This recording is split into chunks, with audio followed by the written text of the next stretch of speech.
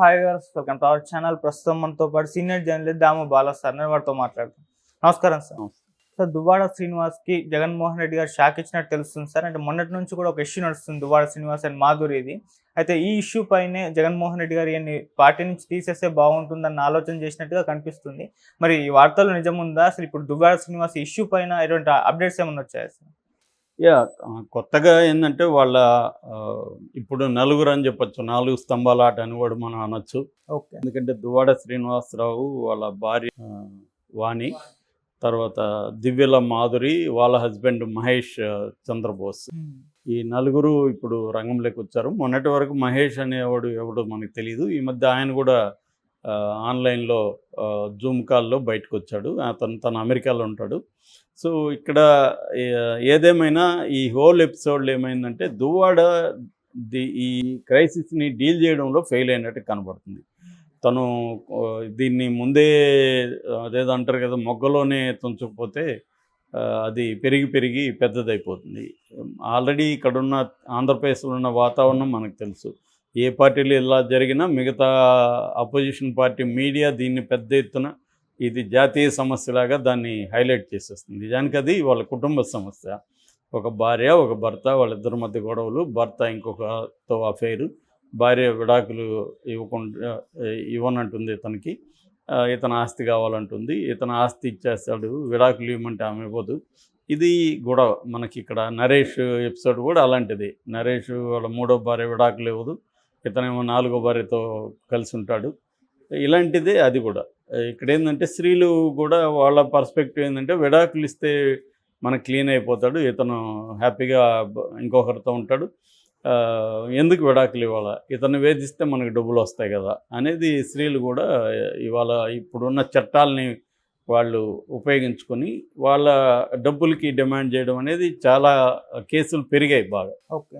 So అంటే పెళ్ళి అనేది ఒక శిక్షలాగా అయిపోయింది చాలామందికి. ఇప్పుడు మగవాళ్ళకు కూడా చాలామంది అనుకుంటారు మగవాళ్ళు మాత్రమే పెర్పెట్రేటర్స్, విమెన్ అంతా విక్టిమ్స్ అని. అది రాంగ్. కేసును బట్టి చూడాలి మనం. ఓవరాల్గా విమెన్ విక్టిమ్సే ఎక్కువ సంఖ్య ఉండొచ్చు, కానీ అట్లని విమెన్ ఏమీ తక్కువగా లేరు. వాళ్ళు కూడా డబ్బుల కోసం మగవాళ్ళని వేధించడం అనే కేసులు బాగా పెరుగుతున్నాయి. ఓకే. ఈ యాంగిల్లో చూస్తే ఇక్కడ వాణి ఆమె కూడా ఏం తక్కువ కనబడలేదు మనకి.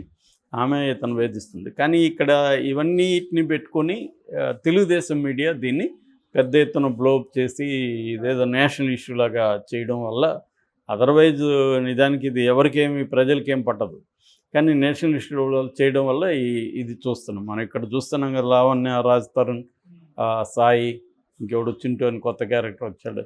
సో వీళ్ళ అదేంటంటే మల్టిపుల్ అఫైర్స్ ఉన్న కొంతమంది అబ్బాయిల అమ్మాయిల ఇష్యూ అది వెరీ వెరీ కామన్. వాళ్ళ అర్బన్ ఏరియాస్లో, సిటీస్లో అమ్మాయిలకి మల్టిపుల్ అఫైర్స్, అబ్బాయిలకి ఉంటున్నాయి, వాళ్ళ మధ్య గొడవలు జరుగుతున్నాయి. ఇవన్నీ వెరీ వెరీ కామన్.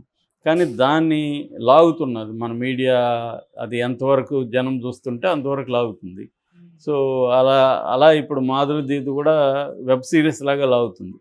రెండోది, వాళ్ళు అక్కడ ఉన్న ఆ ముగ్గురు కూడా డ్రమటిక్ పర్సన్స్గా ఉన్నారు. 4వ అతను భర్త కూడా డ్రమటిక్గా ఉన్నారు. ఒక్కొక్కరి వ్యవహారాలు చూస్తే ఆమెమో వాణి ఏమో ఇతను నాకు ఆస్తి ఇవ్వలేదు, నాకు అన్యాయం చేశాడు అంటుంది. మాధురి ఏమో అసలు నన్ను పరిచయం చేసింది ఆవిడ, మా ఇద్దరిని నాకు అఫైర్ ఉందని వేధించింది, నేను ఆత్మహత్య చేసుకుపోతే ఆయన కాపాడాడు, దాంతో నేను అనివార్యంగా ఆయనతో ఉండాల్సి వచ్చింది అనేది ఆమె చెప్తుంది. శ్రీనివాస్ ఏమో నేను డబ్బులు ఇప్పుడు నా ఆస్తులన్నీ ఇచ్చేసాను ఇద్దరు కూతుర్లకి, నాకేమీ ఆస్తి లేదు, ఇప్పుడు ఇల్లు ఉంది, ఇల్లు కూడా లాక్కోవాలని ఆమె ట్రై చేస్తుంది. ఇల్లు లాక్కోవడం కోసమే ఆమె ఈ డ్రామా చేస్తుంది. రాజకీయంగా కూడా ఆమెకి యాస్పిరేషన్స్ ఎక్కువ ఉన్నాయి, దానివల్ల నన్ను బదనాం చేస్తుంది అనేది అతను చెప్తాడు. మధ్యలో భర్త వచ్చి నా మాధురి చాలా బంగారు కొండ, అసలు నన్ను చిన్న పిల్లవాళ్ళలాగా చూసుకునేది, ఆమెకి నేను 10 లక్షల నెలకు పంపిస్తున్నాను అని అతను చెప్తున్నాడు. సో ఈ 4 స్తంభాల అట్లాగా ఉంది. దీన్ని ఆ డ్రామా ఉంది కాబట్టి జనాలకి దీన్ని వండి వారుస్తున్నారు. సో ఈ మొత్తంగా హోల్ ఎపిసోడ్లో ఇప్పుడు జగన్కి పొలిటికల్గా తలనొప్పిగా మారింది. ఆల్రెడీ విజయసాయిరెడ్డి ఎపిసోడు ఒకటి జరిగింది, అది ఎందుకో సైలెంట్ అయిపోయారు. మేబీ ఆయన కోర్టుకి వెళ్ళడం, ఢిల్లీ హైకోర్టుకి, అక్కడ కోర్టు దాదాపు 9 ఛానల్ని మందలించి ఆ వీడియోలు తీసేయమంటాం. దానివల్ల మళ్ళీ ఆ వీడియోలు ఏమైనా పెడితే మనకి ఇబ్బంది అని అందరూ సైలెంట్ అయిపోయారు. మరి ఈయన కూడా కోర్టులు కూడా ఏంటంటే ఏ కేసులో ఎలాంటి తీర్పులు ఇస్తాయో ఎవరికి తెలియదు. ఇదే సిమిలర్ కేసులు బోల్డ్ జరుగుతున్నాయి. వాళ్ళు కోర్టులకు పోతేమో అక్కడ న్యాయం జరగట్లేదు. అవును. సో అలాగా ఇప్పుడు మరి ఈయన దువ్వాడు కూడా కోర్టుకు వెళ్తాడా, లేకపోతే మాధురి కోర్టుకు వెళ్తుందా, ఇష్యూని మీడియా ఎంటర్ కావద్దని చెప్పండి అనేది తెలియదు. ఏదేమైనా వాళ్ళు లీగల్గా తేల్చుకోవాలి తప్ప దీంట్లో మోరల్ యాంగిల్ అనేది లేదు.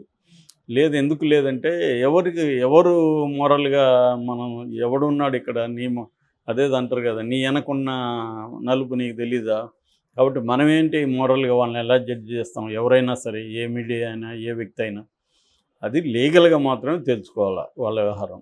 అది లీగల్గా తేల్చుకోనివ్వకుండా మధ్యలో వాళ్ళు బజారును పడ్డారు, మీడియా కూడా దాన్ని పెంచి పోషిస్తుంది. ఈ మొత్తంగా చూసుకున్నప్పుడు ఇది జగన్కి తలనొప్పిగా మారింది. సో జగన్ ఇప్పుడు దాన్ని పరిష్కరించడం కోసం అతన్ని రిజైన్ చేయమని చెప్పాడంటున్నారు. ఎందుకంటే అతను ఎమ్మెల్సీ, రేపొద్దున ఈ ఇష్యూని అక్కడ మండల దీంట్లో కూడా కౌన్సిల్లో కూడా తీసుకెళ్ళే అవకాశం ఉంది మండలిలో. సో తీసుకెళ్ళినప్పుడు అక్కడ తలనొప్పిగా మారుతుంది. అసలు విషయం పోయి ఇదే మేజర్ ఇష్యూగా తెలుగుదేశం వాళ్ళు గొడవ చేసే అవకాశం ఉంది. అందుకని జగన్ రిజైన్ చేసే ఎమ్మెల్సీగా అంటున్నాడు. ఎమ్మెల్సీకి రిజైన్ చేస్తే ఒక ఎమ్మెల్సీ జగన్ కోల్పోతాడు యాక్చువల్గా. ఎందుకంటే మళ్ళీ గెలుస్తారో లేదు తెలియదు. మెయిన్ తెలుగుదేశం వైపు వెళ్ళేది ఆ రిస్క్ తీసుకుంటాడా జగన్ అనేది ఒక డౌట్. కానీ అఫిషియల్గా అయితే ఇప్పటివరకు ఏమీ అనౌన్స్ చేయలేదు. కానీ జగన్ రిజైన్ చేయమన్నాడు. ఒకవేళ తను రిజైన్ చేయకపోతే సస్పెండ్ చేస్తాడు అని అంటున్నారు. సస్పెండ్ చేస్తే మాత్రం వైసీపీలో వ్యతిరేకత వచ్చే అవకాశం ఉందని కొంతమంది అంటున్నారు. ఎందుకంటే అది పర్సనల్, వాళ్ళు మీడియా కావాలనే తెలుగుదేశం మీడియా దాన్ని హైప్ చేస్తే నువ్వు సస్పెండ్ చేసుకుంటూ పోతే వాళ్ళు రేపు ఇంకొకటి ఇష్యూ లేపుతూ ఉంటారు. ప్రతి వ్యక్తికి ఏదో ఒక సమస్య, బలహీనత ఇంకోటి ఉంటుంది. సో నువ్వు మోరల్ యాంగిల్లో ఎందుకు నువ్వు రియాక్ట్ అవుతున్నావు, లీగల్గా వాళ్ళదేమన్నట్టు తెలుసుకుంటారు అనేది జగన్ మీద కూడా వేరే వాళ్ళు ఒత్తిడి చేస్తున్నారు. ఇప్పుడు జోగి రమేష్ ల్యాండ్ ఇష్యూలో ఉన్నాడు. సో దాన్ని తెలుగుదేశం మీడియా డిస్ప్రపోర్షనేట్గా చేస్తుంది. ఇప్పుడు అదే నన్ను ఎవరో ప్రశ్నించారు, అమ్మినోడిది తప్పు లేదా కొన్న వాళ్ళది మాత్రం తప్ప అని. ఒక అక్రమ భూమి అమ్మినోడిది తప్పే, కొన్నోడిది తప్పు లేదు అని ప్రశ్నిస్తుంది. లాజికల్గానే కరెక్ట్ కదా అది. ఇప్పుడు మన ఇద్దరి మధ్య ఒక అక్రమ లావాదేవీ జరిగినప్పుడు ఇద్దరు బాధ్యులు కదా. దానికి అమ్మినోడే ఎక్కువ బాధ్యుడు. నాకు తెలియకపోవచ్చు కొన్నోడికి ల్యాండ్ అమ్మినోడికి తెలుస్తుంది కదా ఆ ల్యాండ్ గురించి. కాబట్టి ఎక్కువ ఫ్రాడ్ చేసేది ఎవరు? అమ్మేవాడు, కొనేవాడు బాధితుడు చాలాసార్లు. సో ఇది పొలిటికల్గా కాబట్టి దీన్ని మాట్లాడుతున్నారు ఈ కేసు. కాబట్టి ఏంటంటే ఇక్కడ మోరల్ యాంగిల్లో తీసుకుంటే ఇబ్బంది. అట్టని జగన్ తీసుకోకుండా లేడు, తీసుకుంటే సమస్యలు ఉన్నాయి. మరి జగన్ దీన్ని ఎలా డీల్ చేస్తాడనేది మనం చూడాలి. ఏదైనా ఇట్లాంటి తలనొప్పులు వస్తూనే ఉంటాయి. ఎందుకంటే తెలుగుదేశం మీడియా, తెలుగుదేశం పార్టీ కూటమి జగన్ని అనేక రకాలుగా ఇబ్బంది పెట్టాలని ట్రై చేస్తుంటుంది. ఒక అధికారం ఉంది, మీడియా చేతిలో ఉంది, కాబట్టి చేయగలుగుతారు. Okay sir, thank you so much.